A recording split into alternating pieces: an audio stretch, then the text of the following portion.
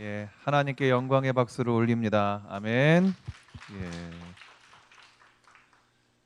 다 같이 하나님 말씀을 찾겠습니다. 구약 성경 시편 40편 1절에서 2절 한 목소리로 봉독하겠습니다. 다 찾으셨어요? 예. 내가 여호와를 기다리고 기다렸더니 귀를 기울이사 나의 부르짖음을 들으셨도다. 나를 기가 막힐 웅덩이와 수렁에서 끌어올리시고 내 발을 반석 위에 두사 내 걸음을 견고하게 하셨도다. 아멘. 한 번 더 찾겠습니다. 같은 시편 62편 2절입니다. 시작. 오직 그만이 나의 반석이시요 나의 구원이시요 나의 요새이시니 내가 크게 흔들리지 아니하리로다. 아멘. 한건택 장로님께서 너무 과분한 소개를 해주셨어요. 정말 감사드리고요. 본교회 출신이라는 거를 좀 나중에 밝히든지 조용히 있으려 그랬습니다. 근데 이미 알리셨어요. 딱 한마디로 하겠습니다. 저 24기입니다. 반갑습니다. 아주.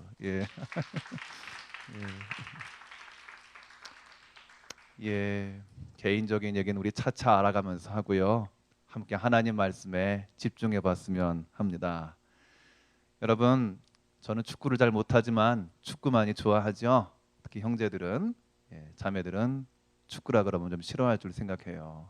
군대 얘기도 싫어하고 군대에서 축구하는 얘기는 더 싫어하겠죠. 축구 선수들 가운데 한 골을 터뜨리면 기도하는 선수 있습니다. 아주 우수한 선수 가운데도 믿음의 선수들이 있죠. 마음이 참 뿌듯합니다. 하지만 그런 선수라고 해서 슬럼프가 없으리란 보장은 없을 거예요. 또 그런 분들도 옛날에 안정환 같은 선수도 처음부터 유명한 것은 아니었을 거예요. 여러분, 우리 신앙이 좋은 분들, 오래 신앙생활한 분들, 또 여기 여러분들 가운데 혹 유년 때부터 차곡차곡 신앙을 쌓아 올린 분들, 이런 분들도 어려움을 만날 수 있을 거예요. 우리한테 무슨 어려운 일이 생긴다고 해서 그렇다면 내가 옛날에 교회를 안 다녔기 때문은 아닐까? 뭔가 신앙적으로 실수했기 때문은 아닐까? 너무 이렇게 잘못한 결과로 돌리는 것은 바람직하지는 않습니다. 그러다 보면 정말 죄책감에 너무 시달리게 돼요. 방금 우리가 두 번의 시편을 봤습니다. 시편 40편이나 62편이나 여러분 좀 이제 한물간 복음성가가 됐지만 다 복음성가의 가사가 됐습니다. 하나는 하나님의 음성을 듣고자 기도하면 시편 40편이고 62편은 나의 영혼이 잠잠히 하나님만 바라며 그 찬양의 가사였습니다. 정말 원래 노래였어요, 시편이. 근데 용사이자 왕인 다윗이 이 시편을 기록했고 그는 정말 수금을 잘 타는 정말 기타를 잘 치는 이런 시인이고 가수였습니다. 하지만 그가 늘 평온한 가운데 그 아름다운 시편을 지었던 건 아니었어요. 그는 왕이 되기 전에 무수한 전쟁을 치렀죠. 근데 그 전쟁을 치른 이유 중에 하나는 선대왕이었던 사울의 그런 질투 그리고 괴롭힘 때문에 치를 수밖에 없었습니다. 그가 시편을 지은 때는 그런 현실 속이었어요. 우리가 정말 아름답게 좋은 선율과 박자로 찬양하지만 좋기 때문에만 찬양하는 건 아니에요. 어려움 속에서 찬양을 한 것이 다윗의 삶이었습니다. 여러분, 인생을 멋지게 살고 싶지 않은 사람 없을 거예요. 좋은 직장 가고 싶고요. 좋은 직장에 들어가면 당연히 승진을 하고 싶을 거예요. 또 이걸 통해서 여러분들 나름대로 꿈꾸는 커리어가 다 있을 줄로 생각합니다. 건강도 외모도 다 잘 유지하길 원할 거예요. 다 미남 미녀들만 계신 것 같아요. 정말 대단해요. 좋습니다. 근데 소망과는 다를 때가 많죠. 언젠가는 이 좋은 얼굴들이 언젠가는 다 노화가 올 때가 찾아올 거예요. 어쩔 수가 없어요. 저도 원래 창창했어요. 저도 원래는 괜찮았어요. 근데 어쩔 수가 없이 이제 세월의 풍랑을 만났습니다. 삶 속에서 예상치 못한 풍랑을 만날 수 있어요. 그러다 보면 절망에 빠지고 절망 속에서 자기를 자책할 때가 있어요. 그리고 또 남도 원망할 수 있고 실망할 수 있습니다. 여러분 알고 보면은 지금 여러분들 나름대로 곧이 입시 여러 가지를 많이 준비할 줄 압니다. 요즘은 공시라는 말이 있다면서요? 공무원 되는 게 그렇게 어렵다면서요, 여러분들? 예? 뭐 노량진 같은 데 가게 되면은 엄청나게 많은 사람들이 편히 뭐 재수가 아니라 공무원 고시 하려고 하는 사람들이 더 많다고 들은 적이 있습니다. 근데 알고 보면은 그러한 싸움은 젊을 때만 하는 거니 아닌 것 같아요. 여러분 그 에리크 쉬르데주라고 하는 프랑스 사람이 얼마 전에 한국인은 미쳤다라는 책을 썼더라고요. 본 적 있어요? 예, 아니 어떻게 웬 프랑스 사람이 그런 모독적인 질문을 했는가? 이분이 알고 봤더니 프랑스 사람으로서 파리에서 LG 프랑스 법인에 입사를 했다는 거예요. 예, 정말 전자제품, 가전제품 유통으로 20여 년을 뭐 유럽의 여러 기업을 정말 다니면서 일을 했다가 한국 기업에 들어갔대요. 왜냐? 초고속으로 성장했던 한국 기업의 그 특징이 무엇인가, 그 장점이 무엇인가를 한번 체험해 보려고 들어갔다는 겁니다. 정말 여러분 유럽 사람들은 조금 이렇게 우리보다는 좀 인간적인 데가 많은 것 같아요. CEO라 그래도 좀 군림하지 않고 다가서서 막 얘기하고 좀 막 그렇게 인도적으로 하는 것 같은데 이분이 첫날 LG에 딱 이제 입사를 했대요.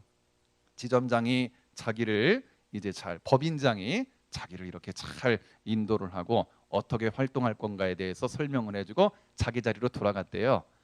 근데 한 10분인가 지난 다음에 그 법인장 방으로 다른 부하 직원이 들어갔대요.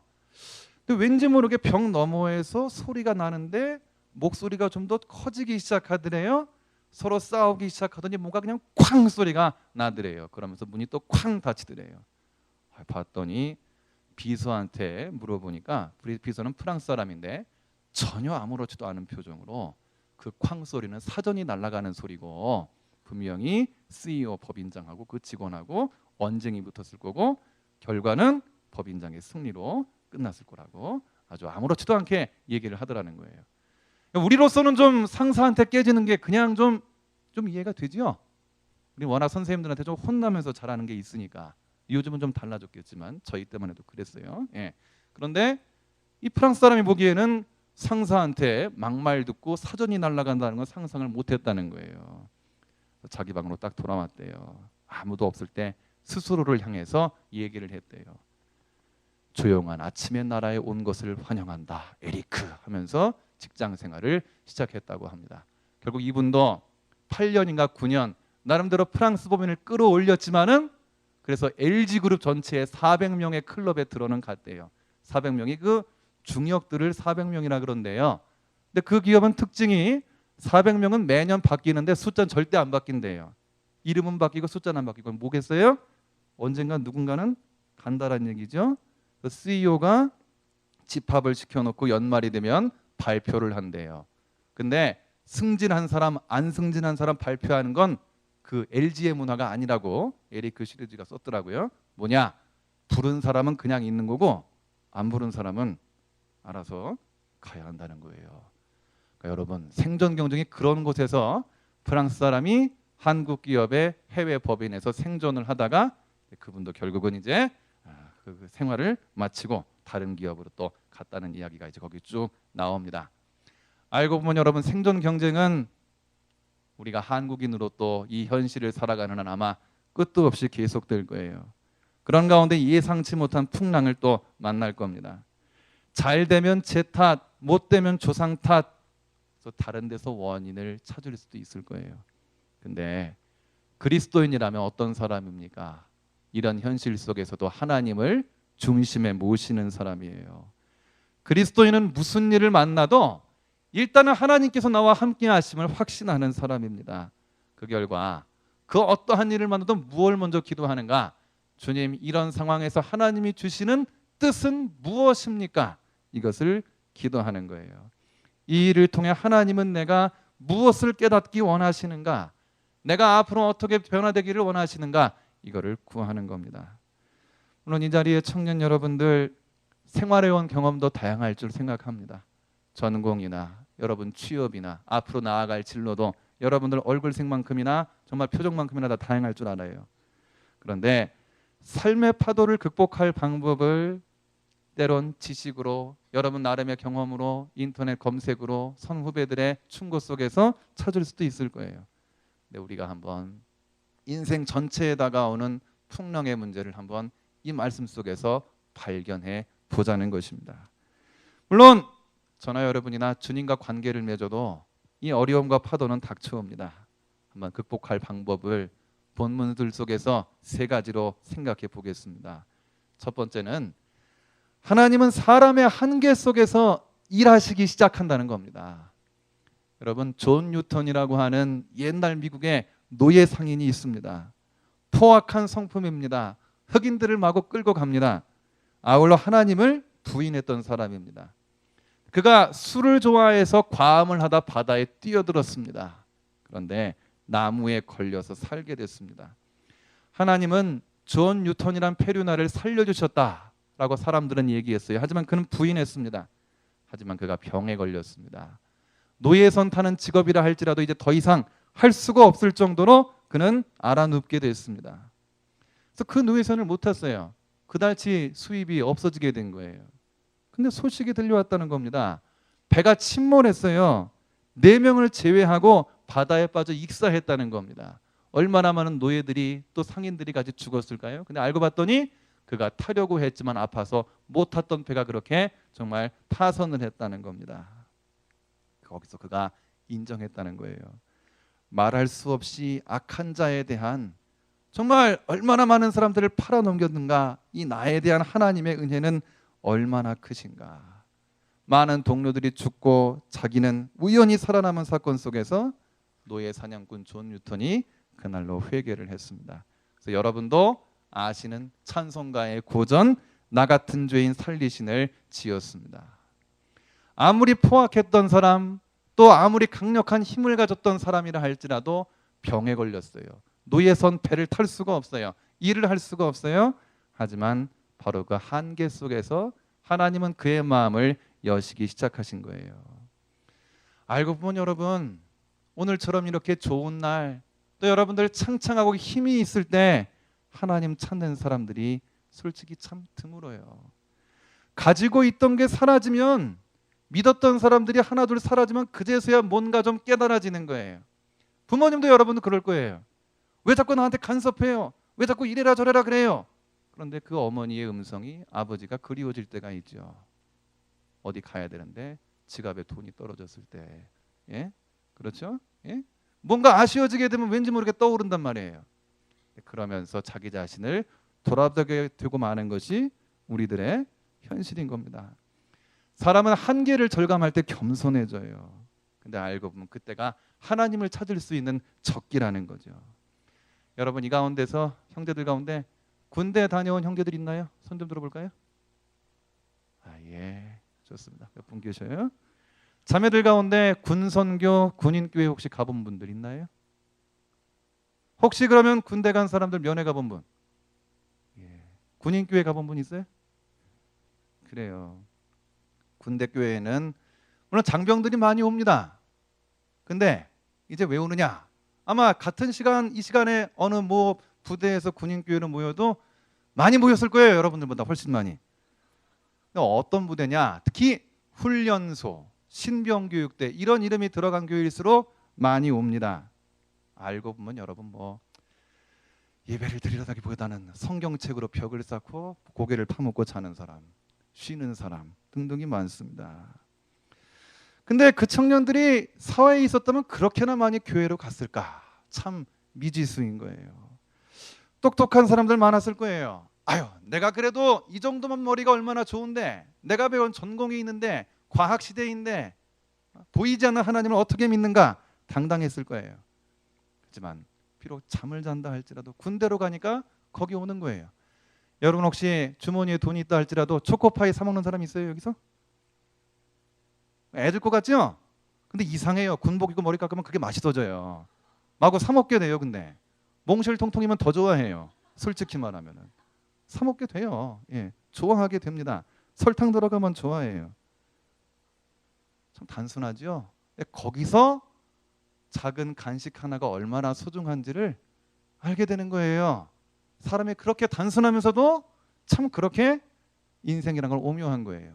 이제서 감사하구나 하는 것을 압니다. 그래서 군대에서 그런 경로로 예수님을 영접하게 된 사람들이 그래도 많습니다. 하나님은 그때 이들을 만나 주셨고 일하기 시작하셨어요. 첫 번째 본문에서 말했습니다. 내가 여호와를 기다리고 기다렸더니 귀를 기울이사 나의 부르짖음을 들으셨도다 했습니다. 시편 기자가 기다리고 기다렸다라고 했습니다. 두 번이나 기다린다 그랬어요. 사모했다고 했습니다. 부르짖었다고 합니다. 어떤 환경에선가 배경이 2절의 암시가 됩니다. 나를 기가 막힐 웅덩이와 수렁에서 끌어올리시고 했습니다. 인생의 웅덩이, 인생의 수렁이라는 거예요. 내가 뭔가 지원한 시험, 지원한 면접 등에서 뜻대로 안 됐을 때, 믿었던, 사랑했던 그가 내 앞에서 등을 돌렸을 때, 뭔가 앞이 캄캄할 때, 진짜 알고 보면 인생의 웅덩이, 수렁이란 거죠. 근데 시편 기자는 거기서 하나님을 기다리고 기다렸다 그랬어요. 부르짖었더니 끌어올리셨다라고 했다는 거예요.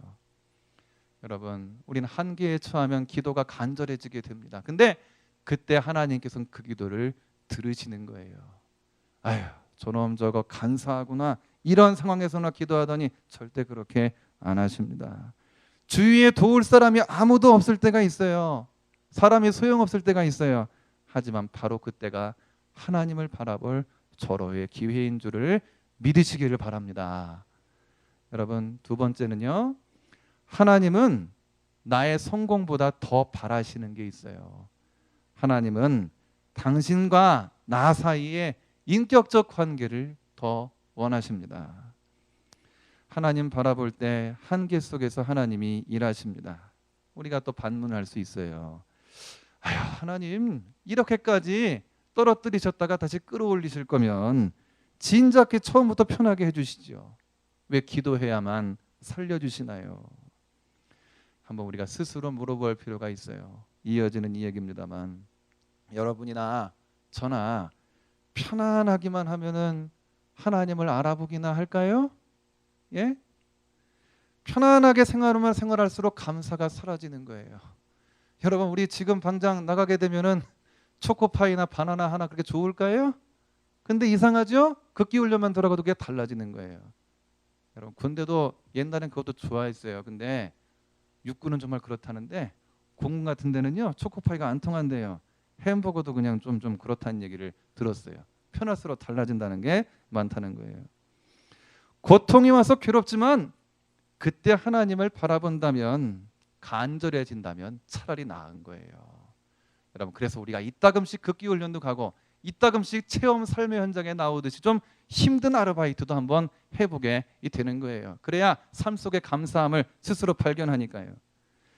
편안함 속에 하나님 안 바라보는 거, 어려움 속에 하나님 바라보는 거, 여러분 둘 중에 뭘 택할까요? 둘 중에 하나만 택을 해야 된다면요, 우리의 영을 위해서라면 두 번째가 좋은 겁니다. 하나님께서는 그 두 번째, 어려움 속이지만 간절한 마음 갖는 그 자체를 원하고 계시는 겁니다.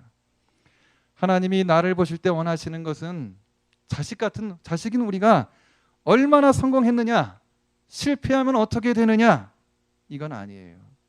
물론 우리가 잘 되면 하나님께서도 기뻐하실 거예요. 근데 더 중요한 게 있어요. 내가 얼마나 하나님을 향해 마음을 두고 있느냐는 거예요. 얼마나 하나님을 모시고 살아가느냐는 겁니다. 그래서 여러분, 하나님과 내 1대1 관계가 소홀해질 때 하나님은 바로 그 관계를 책망하시는 겁니다. 여러분, 여러분들의 삶의 성패, 여러분이 얼마나 멋지게 인생을 구가하느냐 보다 더 중요한 거 여러분 자신이라는 거예요. 같이 한번 따라해 볼까요? 하나님은 나 자신을 원하신다. 여러분 있는 모습 그대로 여러분 자신이라는 겁니다. 두 번째 본문에서 다윗이 고백했던 거예요. 오직 저만 나의 반석이시요 나의 구원이시요 나의 산성이시니 내가 크게 여동치 아니하리로다 그랬습니다. 오직 저만 그랬어요. 하나님을 가리켜 반석, 구원, 근데 오직 그분만, 오직이라고 말을 했습니다. 그 앞절에는 나의 영혼이 잠잠히 하나님만 바란다라고 했습니다. 그랬더니 오직 그분만이 나에게 구원이자 산성이시라는 거예요. 그만큼 여러분 눈을 하나님께 집중하고 있다는 것이죠. 주님께 영혼의 시선을 집중하기를 우리 주님이 원하고 계시는 겁니다.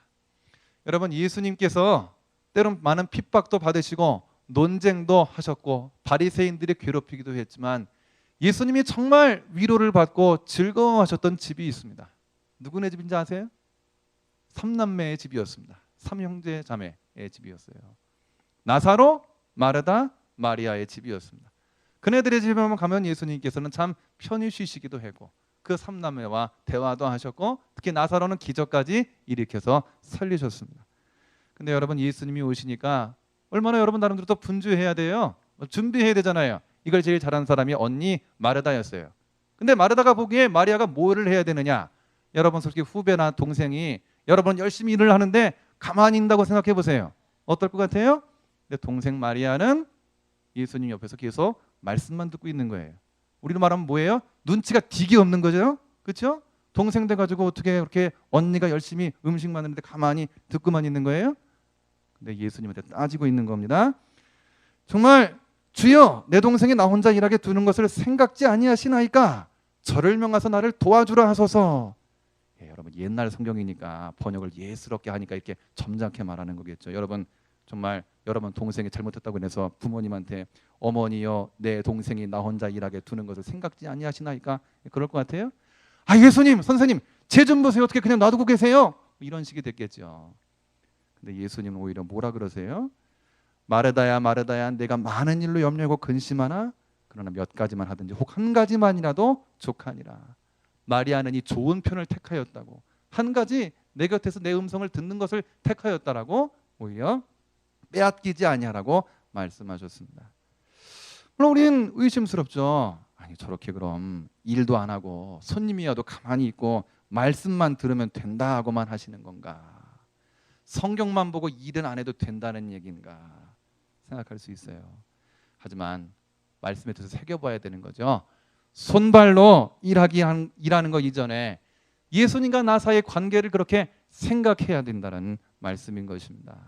우선순위란, 일을 하기 전에 더 우선순위란 주님 말씀을 듣는 거예요. 주님을 마주 대하는 거고 인격적으로 관계를 계속 맺는 겁니다. 여러분, 분명히 내 생각, 내 방법이 있을 거예요. 전광석화처럼 스쳐 지나가는 여러분들의 눈치가 있고 또 계략이 다 있을 거예요. 어려움 속에서. 그때 한번 돌이켜 보십시오. 이제까지 하나님과 나 사이 관계는 어땠는가? 내가 과연 그분을 경외하고 주님과 교제하는 것 우선순위로 삼았는가? 돌이켜 봐야 됩니다. 하나님과 관계가 회복이 되면 오직 저만 나의 반석이시여 산성이시라고 구원이시라고 고백할 수 있다면 하나님은 내 삶의 주인이 되시는 겁니다. 내 삶의 주인이니까 내 위기도 내 모든 헤쳐나가야 될 일들도 누구의 일이 되는 거예요? 주인의 일이 되는 것입니다. 그래서 하나님께서는 여러분들을 도구로 삼으시는 거죠. 여러분, 정말 순간적으로 우리는 어려움을 당할 때 스쳐 지나가는 생각이 있을 거예요. 어떻게 해야 되겠다. 순발력이 다 있을 거예요. 근데 그게 과연 내 경험으로서 나온 것인지, 과연 이럴 때 주님 어떻게 해야 될까요? 기도하는 것인지 여러분 한번 잘 생각해 보세요. 갑자기 소매치기가 왔어요. 신고해야지 이기 전에 하나님 어떻게 해야 될까요? 뭘 먼저 여러분 생각해야 될까요? 한번 잘 우리 마음을 돌이켜 봐야 됩니다. 물론 하나님께서는 상식선에서 역사를 하실 거예요. 분명 그런 상황 속에선. 하지만 하나님께 먼저 구하고 의탁하는 것이 중요한 겁니다. 마지막으로는요, 주님을 믿는 사람은 누구든지 궁극적으로 승리하는 거예요. 여러분, 역대상 19장에 그 다윗의 군대는 암몬과 아람 군대 연합군의 포위가 됩니다. 다윗이 동료 요압한테 한 말이 역대상 19장 13절에 있습니다. 너는 담대하라. 우리가 우리 백성과 우리 하나님의 성읍들을 위하여 담대히 하자. 여호와께서 선히 여기시는 대로 행하시기를 원하노라 했습니다. 다윗은 무조건 자기만 도와주시기만 간구하지 않았어요. 여호와께서 선히 여기시는 대로 행하시기를 이렇게 고백하고 있는 거거든요. 그런 필사의 전쟁 속에서도요, 결국은 하나님께 결과를 맡겼다는 거예요. 승패 역시도 의탁했습니다. 아람 군대가 겁을 먹고 도망치고 모압 군대도 피했습니다. 여러분, 이렇게 주님께 끝까지 의탁을 할 때, 내어 맡길 때 비결이 주님께 있습니다. 삶의 최후 승리도 주님께 있는 거예요. 여러분, 우린 감리교인이죠. 이런 구절도 있어요. 저를 따라해 볼까요? 우리는 의의 최후 승리와 영생을 믿노라. 예, 우리 감리교회의 신앙 고백, 교리적 선언의 맨 마지막엔 이런 구절이 있습니다. 이 생에서 여러분들의 시험, 돌파구, 또 취업, 진로, 개척, 결혼, 가정, 자녀 양육, 이런 인생의 관문만이 아니고요, 이런 걸 다 넘어서서 우리 삶이 다 하게 됐을 때 진정한 최후의 승리가 주님께 있음을 우리는 믿고 나아가야 하는 겁니다. 능력이 출중해도 넘어질 수 있어요. 가진 지혜나 요령을 써도 빗나갈 수 있어요. 세상은 우리보다 수준이 하나 더 높아요. 전공법으로 노력을 해도 실패할 수 있습니다. 하지만 이렇게 믿는 사람들은 한계에서 일하시기 시작하시는 하나님, 그리고 하나님과 나 사이의 관계를 집중해서 주님만 바라보는 사람은 하나님 안에서 현실을 이길 수 있습니다. 주 여호와는 나의 힘이시라. 나의 발을 사슴과 같게 하사 나로 나의 높은 곳에 다니게 하시리로다 했습니다. 하박국 선지자가 고백했던 거예요. 그분도 여러분 결코 편안한 환경에서 예언한 것이 아닙니다. 에돔이라는 군대가 쳐들어오기 시작하는 그 험악한 상황 속에서 하나님께 외쳐 묻기도 하고 구하다가 이런 말씀을 받은 거예요. 여러분, 말씀을 정리할게요. 우리들은 한계에 다다를 때 오히려 하나님은 역사하시기 시작하신다는 것을 깨달아야 됩니다. 두 번째, 늘 하나님과 나 사이 관계를 다져 놓아야 됩니다. 주님이 원하시는 건 내 자신이라는 거예요. 세 번째, 모든 승리는 하나님께 의탁했을 때 주심을 고백하면서 나아갑니다. 저와 여러분 변화무쌍한 삶 앞에 펼쳐져 있습니다. 하나님이 함께하고 계셔요. 더더욱 주님께 힘을 얻고 나아가시는 모두가 되시길 축원합니다.